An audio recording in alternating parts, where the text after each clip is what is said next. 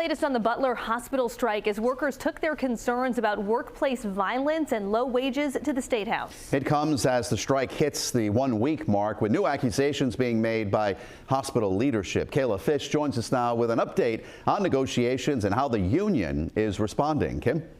Well, it appears talks have stalled between the union and hospital leadership. The hospital has accused the striking workers of harassing and intimidating patients, while the union calls the hospital's claims a distraction.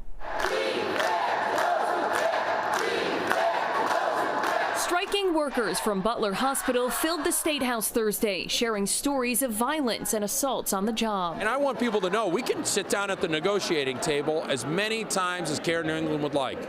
But if they're not ready to lift our members out of poverty, fix these workplace violence issues, and invest in their career advancement, we're prepared to stay on strike as long as it takes.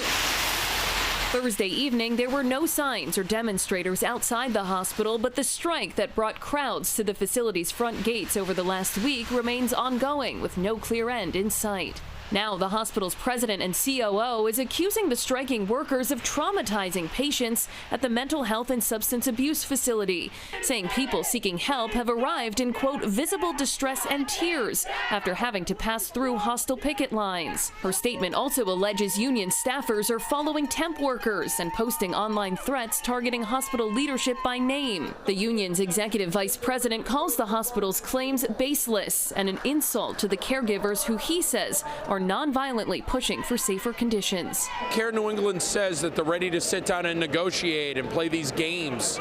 I challenge them. Are they ready to see our members as whole people?